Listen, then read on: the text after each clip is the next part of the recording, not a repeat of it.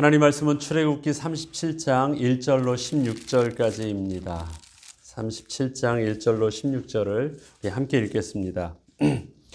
부살렐이 조각목으로 궤를 만들었으니 길이가 2규빗 반, 너비가 1규빗 반, 높이가 1규빗 반이며 순금으로 안팎을 싸고 위쪽 가장자리로 돌아가며 금테를 만들었으며 금고리 넷을 부어 만들어 내 발에 달았으니 곧 이쪽에 2고리요 저쪽에 2고리이며 조각목으로 채를 만들어 금으로 싸고 그 채를 양쪽 고리에 꿰어 궤를 매게 하였으며 순금으로 속죄소를 만들었으니 길이가 2규빗 반, 너비가 1규빗 반이며 금으로 그룹 둘을 속죄소 양쪽에 쳐서 만들었으되 한 그룹은 이쪽 끝에 한 그룹은 저쪽 끝에 곧 속죄소와 한 덩이로 그 양쪽에 만들었으니 그룹들이 그 날개를 높이 펴서 그 날개로 속죄소를 덮었으며 그 얼굴은 서로 대하여 속죄소를 향하였더라.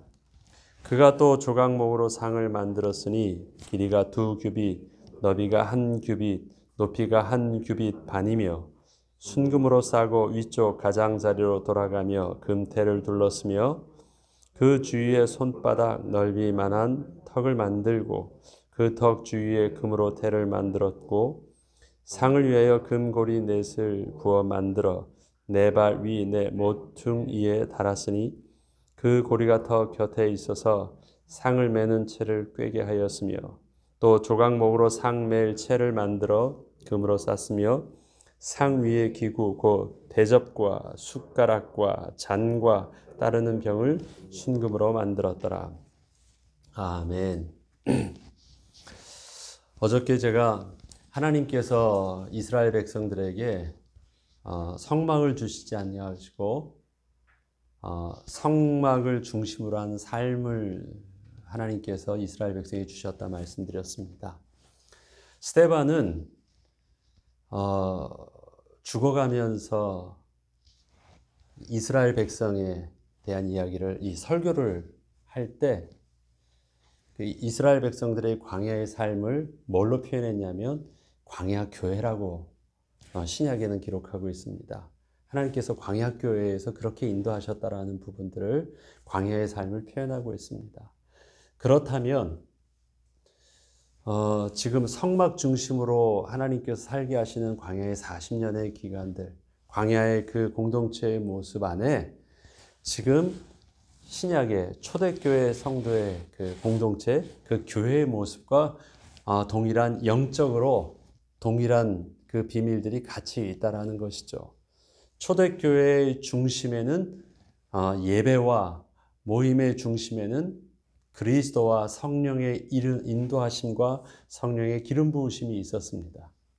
그렇다면 그것이 교회의 공동체의 그 핵심이라면 또 스데반은 그 이스라엘 백성들의 광야의 삶, 특별히 그 성막을 중심으로 한 이스라엘 백성의 삶 속에서도 동일한 그 안에서의 그리스도의 영적인 비밀과 성령의 인도하심과 성령의 기름 부으심의 영적인 비밀, 그 다음에 그 그리스도께서 하나 되게 하신, 머리 되신 그리스도께서 각 지체되게 하신 하나 된 그 영적인 비밀들을 바로 광야의 이스라엘 백성들의 성막 중심의 삶 속에서 동일하게 보았다라는 것입니다. 그래서 동일한 이 교회라는 것, 특별히 구분하기 위해서 광야교회라는 것, 그렇게 표현하고 있는 것입니다. 특별히 오늘 하나님께서는 지금 이 본문에 이렇게 규격을 가지고 만들라는 것은 아주 똑같습니다. 출애굽기 그 앞에 나와 있는 부분하고 똑같은 부분들로 한 번 더 이렇게 표현하면서 그렇게 지시하셨고 그렇게 실행해서 만들었다라는 부분들을 이제 표현하고 있는 것인데 언약궤를, 법궤를 만들게 합니다. 그건 그냥 상자예요. 상자를 만들고 그 다음에 그것을 금으로 금으로 싸고 그 다음에 테를 두르고 그 다음에 금으로 고리를 만들고 채를 만들어서 그 고리에서 끼우고 그 채도 나무에다가 조각목 위에다가 금으로 싸고 해서 그렇게 만들었습니다. 그게 언약궤예요. 그 안에는 또 하나님께서 담으라고 했던 언약궤와 또 여러 가지가 들어가 있죠. 그런데 이 언약궤를 만들고 나서 그 다음 말씀하시는 것이 속죄소입니다. 그것이 바로 37장 6절부터입니다. 그 5절까지는요. 언약궤를 만들었습니다. 그리고 6절에 보면 순금으로 속죄소를 만들었으니 길이가 2규빗 반, 너비가 1규빗 반이다.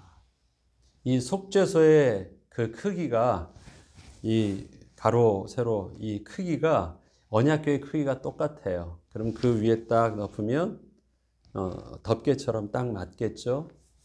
그런데 성경은요, 한 번도 그 속죄소를 언약궤의 뚜껑으로 표현한 적이 없습니다. 덮개예요. 덮은 거예요.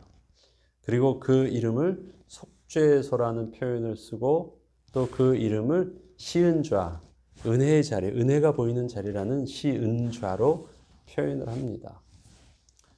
그럼 그 기능이 뚜껑의 기능이 아니라는 거죠. 그 위에 언약궤 위에 속죄소를 구분되어 있는 것으로 하나를 더 만든 것입니다. 우리가 어떤 거를 만들다면 궤를 만든다 그러면 그게 하나잖아요. 그래서 하나의 그 높이를 맞추는데 언약궤를 만들게 하고 그 다음에 그 위에 속죄소를 따로 만들게 한 거예요. 구분되어 있는 것입니다. 그런데 그것이 그 위에 덮어져 있어요. 근데 시은좌는 또 무엇이냐? 그냥 그 위에 있는 황금판이에요. 아주 지극히 단순한 금으로 하였지만 가로 세로 밑에 언약궤랑 똑같이 만든 그냥 판입니다. 두께는 나와 있지 않지만 가로 세로의 크기 사이즈를 해서 그 위에 딱 맞게 덮어지도록 되어 있습니다. 그 위에 있어요. 그 시은좌 위에 또 뭘 있게 했냐면 양쪽에 두 그룹, 두 천사가 서로 마주보게 볼 수 있도록 거기다가 일체가 되도록 붙여놓은 것입니다. 얼핏 보면 그 천사의 형상이 멀리서 보면 또 날개를 하고 있는 형상의 모양이 멀리서 보면 굉장히 어떤 영광을 상징하는 왕의 관처럼 보여요. 속죄는 그 부분들을 여호와께서 은혜로 앉아있는 마치 왕관처럼 표현하는 부분들도 있습니다. 그러나 지금 정확하게 성경에서 말하는 그 속죄소에 대해서는요, 그 양쪽의 두 그룹 천사는 하나님이 임재 그 공간을 알게 하기 위해서 한 것이지 그 자체가 하나님의 영광을 어떻게 드러내기 위한 이 왕관과 같은 역할이 아니라는 거예요. 실제적으로 속죄소는 뭐냐? 그냥 금속판이에요. 아무것도 없습니다. 아무것도 없어요. 이제 금이라는 가장 그때는 가장 귀한 재료로 사용했지만 아무것도 없습니다. 그 밑에 하나님의 언약의 말씀이 있습니다. 그리고 그 이름을 속죄소라 했고 시은좌라고 표현을 했습니다. 은혜의 자리라고 해요. 속죄의 자리라고 말을 해요. 하나님께서는 출애굽기 25장 22절에 이렇게 말씀하십니다. 거기서 내가 너희와 만나고 속죄소 위 곧 증거궤 위에 있는 두 그룹 사이에서 내가 이스라엘 자손을 위하여 내가 명할 모든 일을 내게 이르리라 말씀하셨습니다. 속죄소 가면 눈을 떠야 됩니까? 귀를 열어야 됩니까? 속죄소에서 보이는 게 없어요. 그러니까 속죄소는 뭘 해야 되는 거예요? 귀를 열어서 들어야 되는 거예요. 보여서 내가 알만한 어떤 영광과 이런 부분들은 속죄소에 없어요. 네, 속죄소, 그 증거궤 그 위에서 덮여져 있는 모습이 있습니다. 이스라엘 백성이 그 언약궤를 들고 전쟁에 나갔다가 블레셋에게 빼앗깁니다. 그럼 완전히 패하죠. 그리고 블레셋에 갔던 그 괴가 다시 옵니다. 베세메스에 가죠. 베세메스에 갔을 때 베세메스 사람들이 궁금해서 언약궤를 그걸 이제 아내를 봅니다. 그때 다 죽어요. 언약궤를 볼 때 아무것도 없는데 사실은 그때 하나님의 언약궤만 있는데 언약궤를 해서 다 죽습니다. 우사는 건드렸을 때 죽습니다. 왜 죽었을까요? 우사의 문제하고 그들이 언약궤 뚜껑을 열어서 본 문제하고는 좀 다른 문제입니다. 문득 오늘 속죄소를 보면서 그런 생각이 들었습니다. 하나님께서 언약을 이스라엘 백성들에게 주셨어요. 나는 너의 하나님이 되고 너희는 나의 백성이 되라 할 때 하나님께서 그 언약을 주셨는데 거기에는요. 언약의 핵심되는 율법의 핵심되는 십계명의 말씀이 들렸습니다. 만약에 하나님께서 이스라엘 백성에 대면할 때 그 위에 딱 이렇게 받쳐놓고 그 위에 율법의 말씀이 딱 있고 이스라엘 백성 앞에서 그게 중심되게 보였다 그러면 이스라엘 백성들은 무릎 꿇으면서 어떤 하나님을 만날까요? 늘 그 언약, 그 십계명의 그 율법의 말씀이 내게 있어서 기억되겠죠. 늘 그 하나님 하면 뭐가 생각납니까? 그 율법의 그 지엄하신 명령 앞에서 내가 잘했느냐 못했느냐 그것을 기준으로 해서 그 하나님의 얼굴을 보겠죠. 율법에. 그런데 하나님은 이스라엘 백성들에게 하나님의 약속, 하나님의 백성이란 약속의 징표로 그 증거궤, 언약궤 안에 하나님의 언약을 친히 쓰셔서 담아 놓으셨지만요. 그 언약궤를 보이지 않게 하셨어요. 그래서 하나님을 만나 뵈러 갈 때 어떻게 해요? 내가 하나님의 언약에 비추어 뵈서 내가 설 수 있느냐 없느냐라는 부분들을 보지 않게 하셨어요. 그것을 중심으로 딱 가운데 올려놓게 하셨다라면요.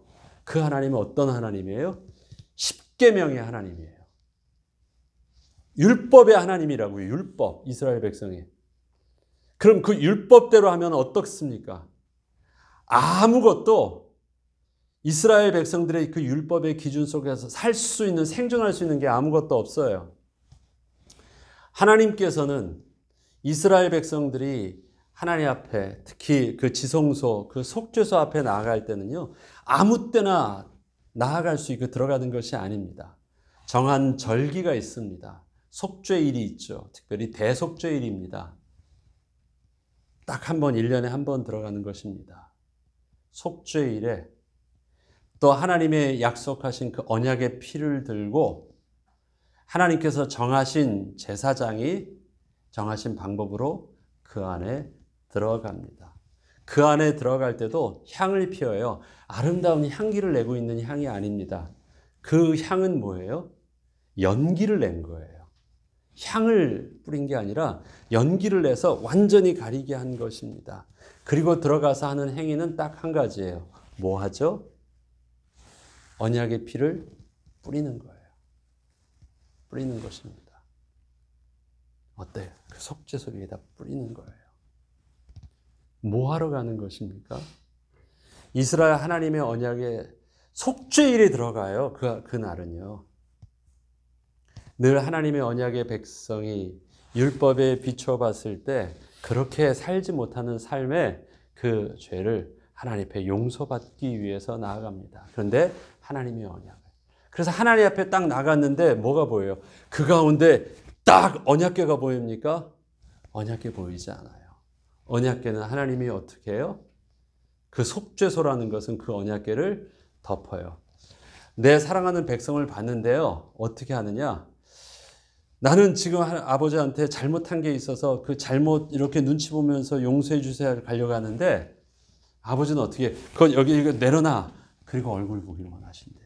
덮으신 거예요.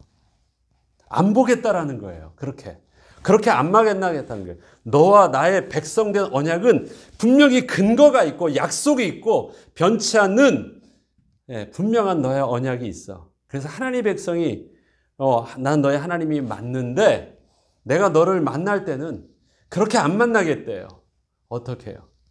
약속대로 하지 못한 너의 모습을 보지만 나는 여전히 약속대로 너의 하나님임을 나는 포기하지 않아요. 그래서 어떻게 해요? 괜찮아. 내가 그것은 용서해 줄게 해서 덮는 거예요. 그래서 뭐가 안 보이도록 하나님의 율법이 안 보이도록 그리고 거기다 뭐 하라고 해요? 너의 죄를 대속할 수 있는 그 피를 가지고 어떻게 해요? 그 위에다 뿌리래요. 덮은 것처럼 그 죄를 내가 용서해 주시겠다는 거예요. 그래서 그게 뭐예요? 속죄소가 되는 거예요. 그리고 그것이 은혜가 보이는 자리, 그래서 시온자가 아니라 시은, 보일 시 은혜가 보인다라는 것이 그게 자리예요. 그리고 거기서는 우리가 뭘 봐요? 율법을 보지 않고요. 하나님의 나를 사랑하신다는 하나님의 음성을 들어요. 거기서 내가 너와 만나게 돼요. 내가 뭐하러 찾아간 자리예요? 내가 잘했습니다 해서 자랑거리 들고 하나님 앞에 들어간 자리가 아니에요. 그 앞에 간 건 뭐예요? 죄를 용서해달라고 하고 두렵고 떨림으로 하나님 앞에 떨림으로 용서해달라고 갔는데요. 거기서 내가 너와 얘기하겠대요. 뭐한 자에게? 언약의 피를 뿌리면서 은혜를 구하러 나아간 자리에 거기서 내가 너와 대화하겠다는 소리는 어떤 음성입니까? 어떤 음성이에요? 율법에 근거한 어떤 음성이 아니에요. 내가 너를 사랑한다라는 거예요. 너는 여전히 나의 백성이야. 하나님이 들려주시고자 하시는 것은 용서와 그 다음에 하나님의 언약에 나는 너의 하나님이요 너희는 나의 백성이야. 그리고 그가 나오면 이스라엘 백성이 그때서야 대제사장이 나왔을 때 그때서야 기뻐하면서 그 다음부터 축제가 시작되어지는 거예요. 하나님이 우리를 용서하셨다라는 거예요. 덮어놓은 것입니다. 여전히 하나님께서 이스라엘 백성들에게 지성소라는 곳에 두셨을 때 하나님의 모든 것은요. 하나님의 율법과 하나님의 거룩하신 모든 것들은 이스라엘 백성들에게 다 덮고 감춰 놓으시고 가려 놓으시고 한 가지만 있게 하셨어요. 핏부림 속에서 너희가 나의 음성을 은혜의 음성을 듣기를 원하셨던 거예요. 앞서 말씀하셨듯이 벳세메 사람들이 그걸 열었어요. 뭘 본 것입니까? 거룩한 것을 건드려서 죽었다. 저는 그게 맞는 말이지만 그 거룩함은 뭐예요? 율법의 하나님을 본 거예요. 너 그거 아니야. 아무도 보여주지 않았어. 그거는. 난 너희에게 그런 율법의 하나님으로 너희들에게 보여주려고 만들어 놓은 것이 아니야. 그것을. 뭘 봤어야 됐어요? 율법이 덮여져 있는 그 모습 그대로를. 그것이 지성소를 떠나 있다 할지라도 뭘 봐야 돼요? 속죄소에 율법을 덮고 계신 하나님을 볼 줄 알아야 돼요. 그런데 저들이 뭘 보기로 원했어요? 뚜껑을 열어서 그 하나님을 보려고 하셨어요. 이게 하나님 앞에서는요. 완전히 진노하실 수밖에 없는 이유입니다. 보는 거예요. 하나님이 덮으셨어요. 시은자가 되게 하셨어요. 그리고 그 언약궤와 그 성소에 열으실 때 그리스도로 인하여 하나님이 이 모든 것을 다 가려주셨어요. 대제사장에게서도 하나님께서 그의 모든 부끄러움을 속바짓부터 머리끝부터 발끝까지 다 가리우게 하시고 하나님의 영광의 옷을 입혀주셨습니다. 우리가 왕같은 제사장이요 그리스도의 또 의의 백성이 되었을 때 그리스도의 은혜의 옷을 입고 하나님 앞에 나갈 수 있게 하셨습니다. 하나님의 거룩하심은 은혜로 덮어주시고 우리의 죄를 하나님께서는 하나님의 영광으로 입혀주셔서 당신은 덮으시고 우리는 입혀주셔서 우리가 하나님과 교제할 수 있도록 해주셨습니다. 그게 이 구약에서도 동일한 교회의 영적인 하나님을 만나는 영적인 비밀이었고 우리가 교회의 신약의 모습을 가진 우리의 교회의 모습 속에서도 동일하게 뭐예요? 우리는 하나님의 은혜의 자리에 나아갈 수 있는 옷을 입고 있는 것이에요. 그리고 하나님은 여전히 우리에게 뭘 하기로 하네요. 뭔가 영광을 보고 막 그러려고 하고 영광을 본다는 건 뭐예요? 내가 영광을 자꾸 드러내려고 하지 말고 뭐 하기를 원합니까? 하나님의 은혜의 음성을 듣기를 원해요. 어디서? 거기서 내가 너에게 말해주겠다. 그럼 거기서 너는 와서 뭘 들으라고요? 내가 너에게 사랑하는 아버지가 사랑하는 그 아들에게 돌아오는 탕자에게 들려주는 그 용서의 말을, 그 사랑의 음성을, 그 다음에 그 신분의 정체성의 말을 들으라는 것입니다. 저와 여러분이 주일날 예배할 때 어떤 모습으로 나오고 무엇을 듣기를 원하십니까? 자꾸 우리 눈을 열어서 뭔가를 보려고 하기 전에요. 들려주시는 하나님. 우리의 눈을 보니까 우리 눈으로 보여지는 것은 영광이 보이지 아니하고 율법의 잣대 속에서 뭔가 이건 이것이 안 되고 저건 저것이 안 되고 그건 저것이요. 모든 것이 율법의 기준 속에서 정죄하는 것만 보여요. 근데 뭘 하라고요? 그렇게 하지 않고 하나님은 그 모든 것을 그냥 다 덮으셨어요. 그리고 저들을 향하여 들려주시기를 원해요. 들려주시기를 원합니다. 지난번에도 말씀드렸듯이 여러분의 속죄소에 두 그룹 천사가 영광스러운 왕관으로 보여지면 안 됩니다. 아무것도 아닌 거예요. 그거는 아무것도 아닌 거예요.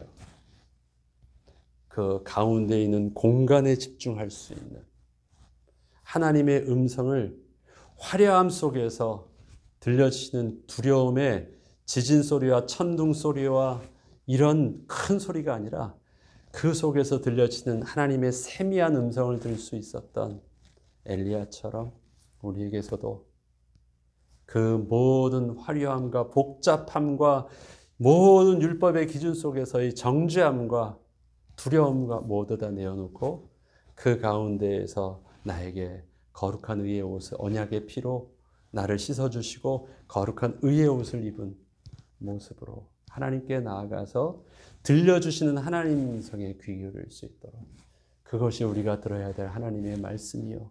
그것이 증거해야 될 하나님의 말씀이요. 그것이 우리가 전해야 될 복음의 비밀이 될 수 있도록 우리가 기도해야 되겠습니다. 그 은혜의 비밀들이 우리가 예배할 때 또 이 예배를 사모하며 원근 각처에서 하나님의 예비된 주의 백성들이 단 한 번이라도 하나님 오는 예배, 만약에 예배처에 온다면 그 음성을 들을 수 있도록 이것이 하나님께 세우신 지금의 모든 교회의 예배 속에서 드러날 수 있도록 우리가 주일을 위해서 기도하고 그 주일에 예배의 은혜가 우리에게 예배의 주인공이 되기를 기도하고 응답받는 저와 여러분 되길 주의 이름으로 축원합니다. 주기도문으로 마치겠습니다.